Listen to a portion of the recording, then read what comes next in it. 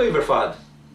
En joof bewatlum lautliv fwy log anamnacha a wanan lesh an vedemorocht.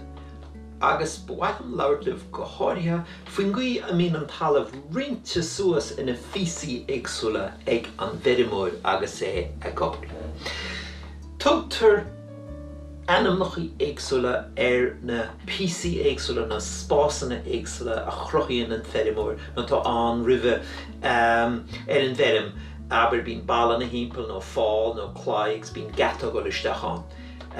Tugtar parker agus tá an focal sin fás na log anamnachi so ná tu wil mema hi an jov tá áte dugtar an farker níl seach kilometer no ro an tífsingwe.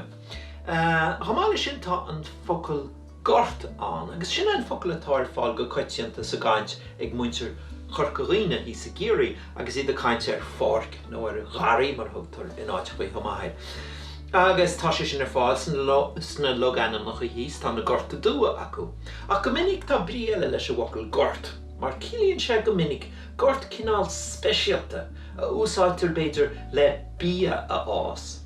Agus tá sumpla iontoch den bhrí sin fáil sa log anam sa tíbhile fad gan tír ag nghailtocht chun an áil.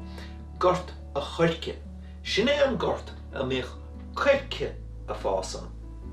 Mar sin sumpla iontoch sin don úsáid sin a bhaintir as gort le cinál park specialta a chur aniu.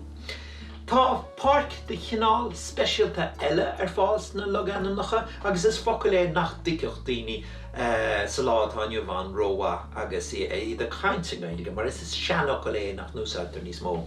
Agus sin an focail clúin agus cílíonn clúin cílíonn sé sin cinál parke a mich fér fásta an. Fér a bheith le trumú agus le geara ar nóí a desach agus le bailúisteach agus le tortuáile ag vedemór agus le cuineál don na behi san íomhre nuair nach meach mór an fér a bethe fás.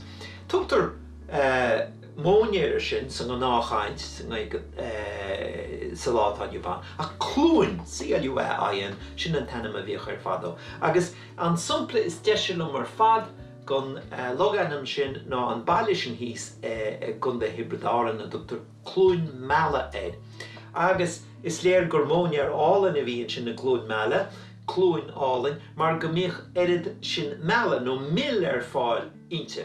Bhíoch na becha a tíocht ó gach ord le bheith ag bailú meala sa glúin sin agus tugtar clúin meala gotí an lá atá aniu bhain. So sin mar sin trí ocail a bhaineann le parcine nó le garantaí nó le spásannaí úsáidin an vedemór agus é ag obair ar a talla. Agus sin iad gort tá parc an hama agus clúin.